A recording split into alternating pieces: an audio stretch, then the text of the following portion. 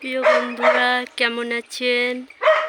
আমি ভালো আছি। আমি আজকে আসছি বাগানে। মেটি আলু আছে, আলুর বীজ সংগ্রহ করতে। এখন আমি বেশ কিছু বীজ পেয়েছি, আর কিছু বীজ নিয়ে যে বাড়ির মধ্যে আমি মেটি আলুর প্রজেক্ট করব।